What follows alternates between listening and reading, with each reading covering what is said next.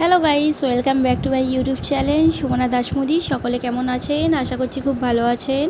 আমিও খুব ভালো আছি। আজ আমরা চলে এসেছি ব্যান্ডেল চার্চে। আমার ভাই, আমার ছেলে, আমার দাদু, আমার দিদি, আমার দিদা, আমার হাজব্যান্ড ও আমার জিজু ওনারাও এসেছেন। ওনারা গাড়ি পার্ক করতে গেছেন। এই চার্চকে জুড়ে অনেক ইতিহাস আছে।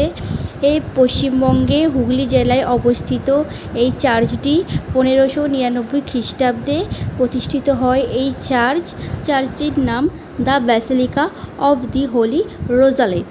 পরবর্তীকালে এই চার্চ ব্যান্ডেল চার্চ নামে পরিচিত।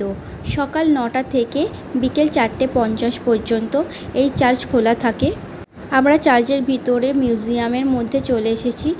এখানে একটি মাস্তুল রাখা আছে, জাহাজের মাস্তুল। এই মাস্তুল নিয়ে একটি কাহিনী আছে। শোনা যায় বঙ্গোপসাগরে এক